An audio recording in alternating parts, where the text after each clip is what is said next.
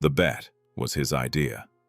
3 weeks ago, in the break room at the Operations Support Building, over bad coffee and a newspaper open to the science section, he pointed at the headline about Halley's Comet and said, "First one to actually see it with their naked eye wins."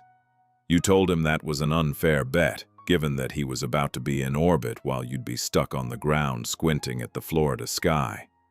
He laughed and said that was exactly the point. You shook on it anyway. That's the kind of person he is.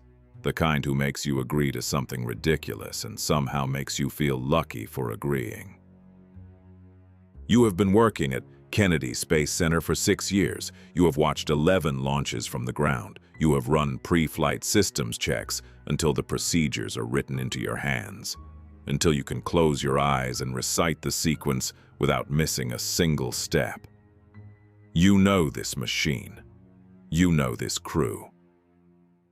And on the morning of January 28, 1986, standing in the cold Florida air at the edge of the viewing area with a cup of cold coffee, you know something else too.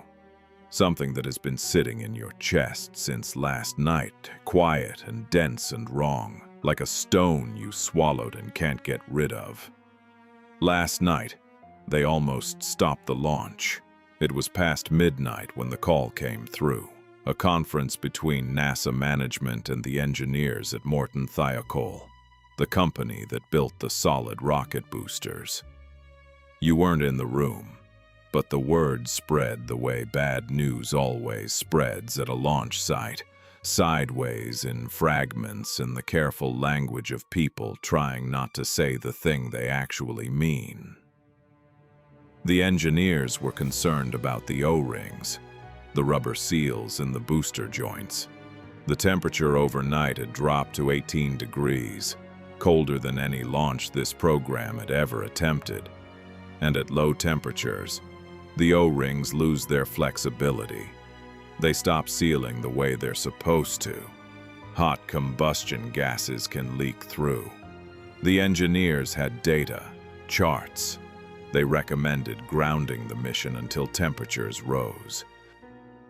NASA management overruled them. You tell yourself, standing in the freezing January morning, that you are not an engineer. You are a systems technician. You run the checklists and you trust the process.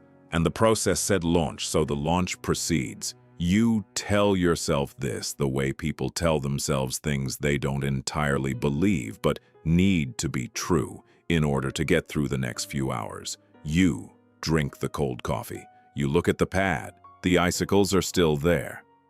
At 11:38 in the morning, Challenger lifts off. The sound arrives a few seconds after the light. That is always the thing that surprises people who see a launch for the first time.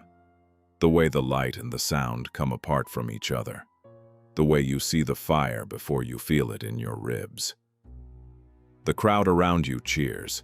Somewhere to your left are a group of children, brought here from a school in Orlando to watch a teacher go to space, erupts in a sound that is pure and uncomplicated joy. Cameras flash, people point. Someone near you says beautiful, under their breath, and they're right. It is beautiful. It is always beautiful, no matter how many times you've seen it. The shuttle rises on its column of fire, and the sky is very blue and very cold, and everything, for a moment, is exactly as it should be. You watch it climb. 30 seconds. The shuttle is rolling into its proper trajectory. The main engines are throttling down to reduce aerodynamic stress during max Q, the zone of maximum pressure, and then throttling back up, all nominal. In your earpiece, because you are still technically on comms even here at the viewing area. You hear the voice of Mission Control, steady and professional.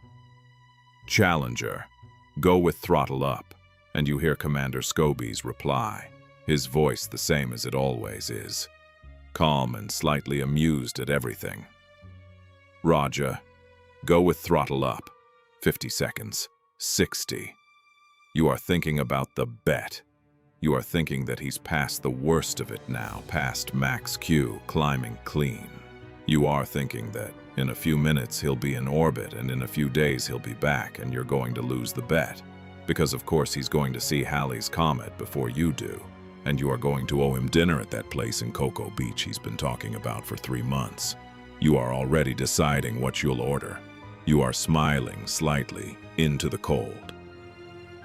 If this story's pulling you in, hit like and subscribe. There are more last hours to tell. 73 seconds after launch, at an altitude of 46,000 feet, Challenger disappears inside a cloud of fire and white smoke. It doesn't explode the way things explode in movies. All at once, a single detonation. It comes apart. The external tank ruptures and the propellant ignites, and the orbiter is torn apart by the forces that follow, and what you see from the ground is a forking plume of smoke, splitting against the blue sky like a road that suddenly goes 2 directions, and neither of them is up.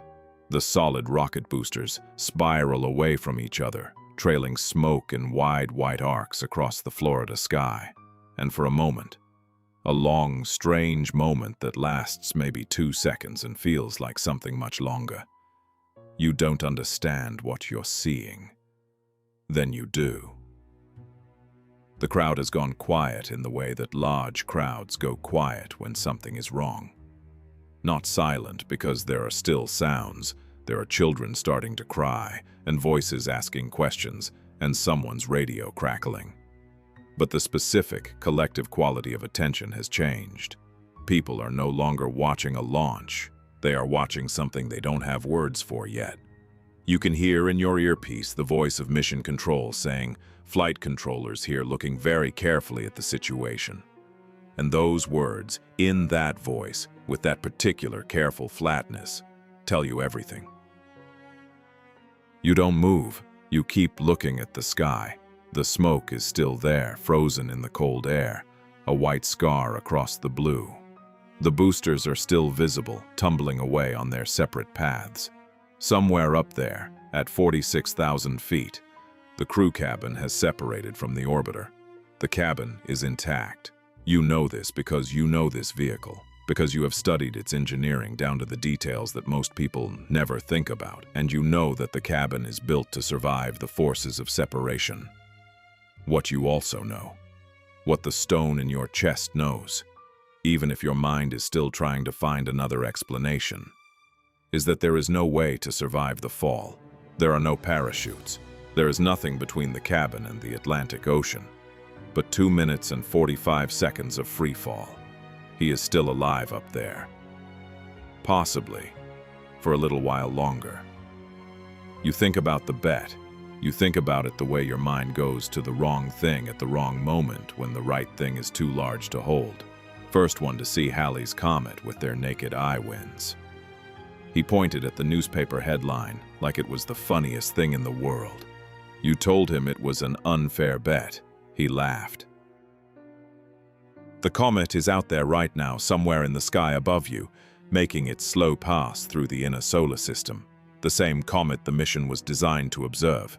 The same comet that comes around every 75 years. The same comet that no one on this crew is going to see now. Not from orbit, not from anywhere. Nobody wins. At some point, you don't know when, because time has become unreliable. Someone puts a hand on your shoulder. A colleague. She says your name. You realize you are still holding the cup of cold coffee. You realize the children from the school in Orlando are being guided away from the viewing area by their teachers, who are trying to use their bodies and their voices to make a wall between those children and what is happening in the sky. One of the children breaks through and stands for a moment at the edge of the crowd, looking up, and you see on his face the precise expression of someone who has just learned something they cannot unlearn. You recognize it because you are wearing it too. You think about the night before, the engineers and their charts, the O-rings and the cold, the overruled recommendation. The stone that has been in your chest since midnight. The one you tried to tell yourself wasn't there. The one you swallowed along with the cold coffee and the launch morning checklists and the 6 years of trusting the process. The process failed. Not the machine, not the crew. Not the cold morning or the icicles on the pad or the bad luck of a particular January in Florida. The process, the decisions made by people in rooms, the voices that were louder than the data, the pressure to launch on schedule, the pressure to not be the person who stops the program. The machine did what the machine was told. It was the telling that went wrong. You stay at the viewing area for a long time after everyone else has moved. You watch the smoke disperse across the blue sky, slowly, until there is almost nothing left to see. A piece of paper blows across the concrete near your feet. Somewhere behind you, a radio is playing the coverage from Mission Control, the careful, professional voices working through their checklists. Their voices carrying the specific weight of people who are doing their jobs, because doing their jobs is the only thing left to do. You think about what you'll say to his family.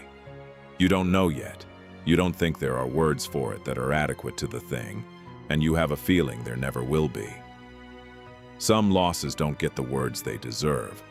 They just get the silence after. You think about dinner at the place in Cocoa Beach.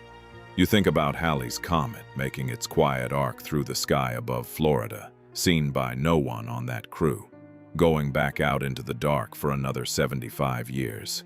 You look up. You can't see the comet. The sky is too bright, too blue, too full of the fading white scar of smoke. But you know it's there. And for reasons you won't be able to explain to anyone later, you stand there for another few minutes, with your face tilted up toward the cold January sky, looking. It's the least you can do. It's the only thing left that you can do for him. Somewhere up there, past the smoke, past the blue, past the edge of the atmosphere, Halley's Comet moves through the dark, unhurried, indifferent, already on its way back out. He would have loved it.